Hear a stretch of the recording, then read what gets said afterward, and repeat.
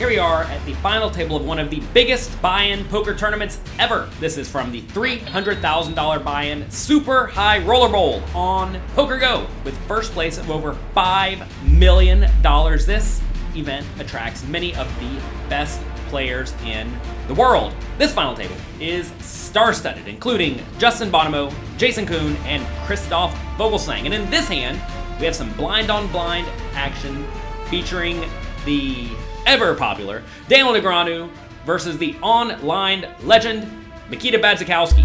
Is he going big here, Ali? I think Mikita's going to pay this one off. I just don't think this one gets through. I think Badziakouski's going to make a very pained call at some point.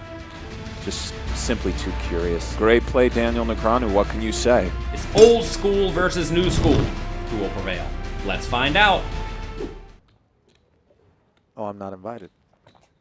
Oh, I get it. You were talking to me, Ali? No, I'm staring directly at you.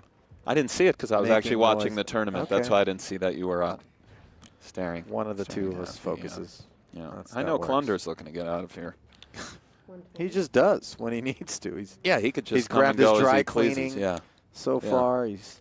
Want to go grab some lunch, Kevin? It's fine by us. Yeah, bring something back. Yeah.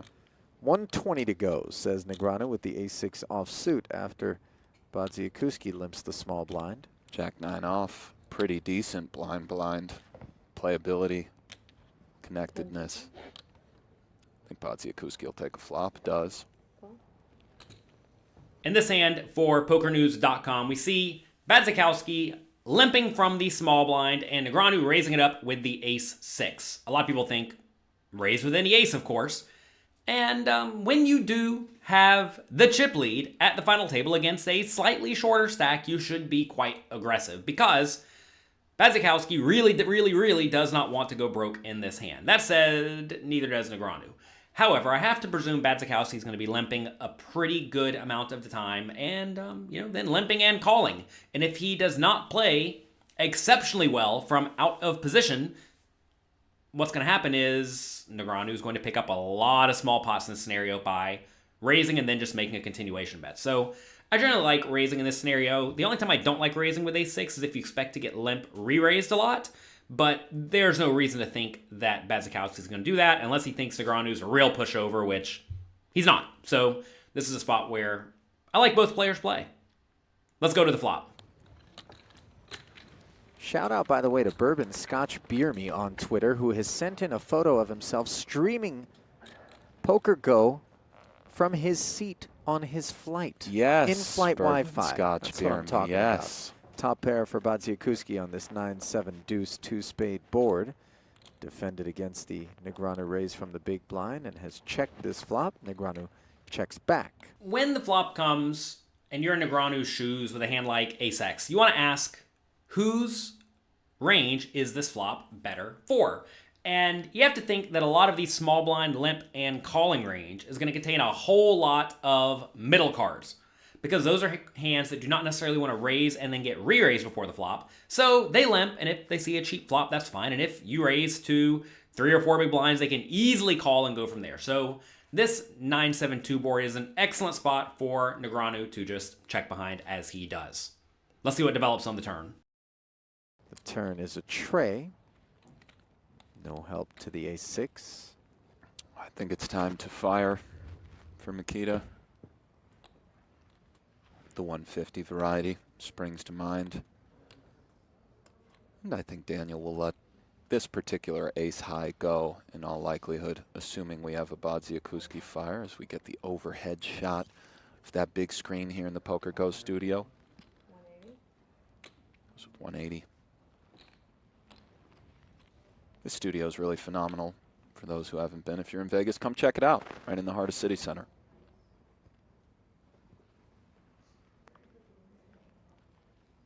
Now, I do recall a situation in which Daniel raised the turn when Mikita led out. And I like Mikita's bet a lot. He has the best hand the vast majority of the time, and it is very vulnerable to being outdrawn. So he definitely wants to put in a bet, which he does.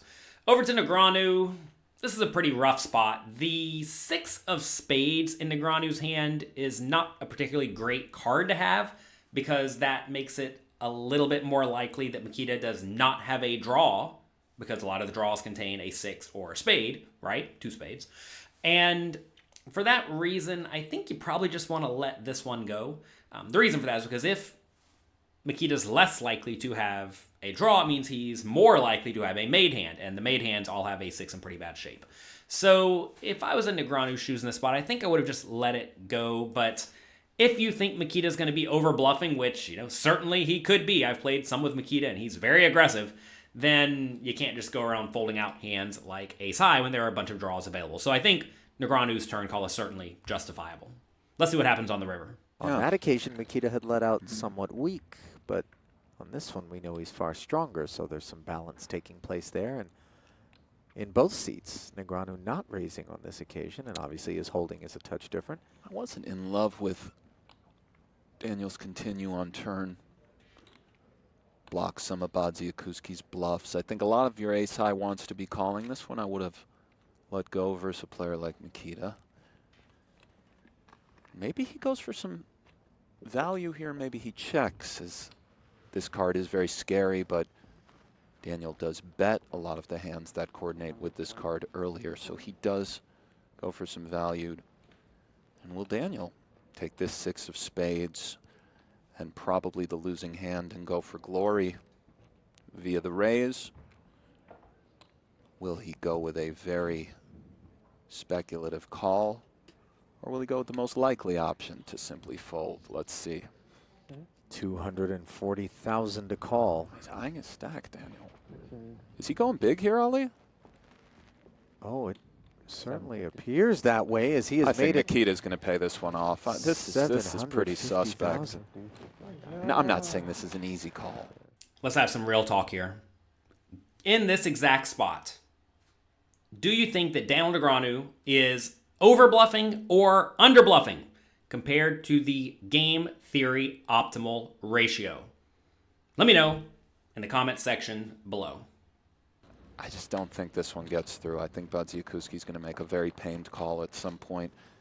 Just simply too curious. If you have watched a lot of the videos that I've done covering Daniel Negreanu's play on this YouTube channel, huge thanks to Daniel, by the way. He's a real sport. I'm sure he's watching this video. Hello, Daniel.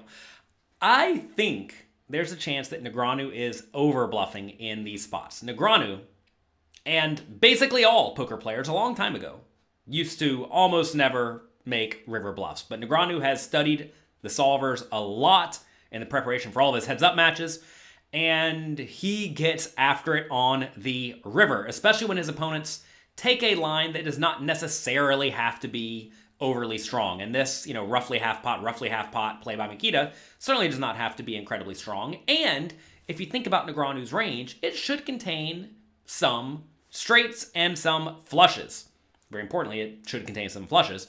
And also, Negreanu blocks some of the auto calls in Mikita's range with his 6 of spades, mainly, you know, random flushes and also random straights. So I think this is a pretty good spot to go for the bluff, because Mikita's probably gonna have a whole lot of one pair type hands.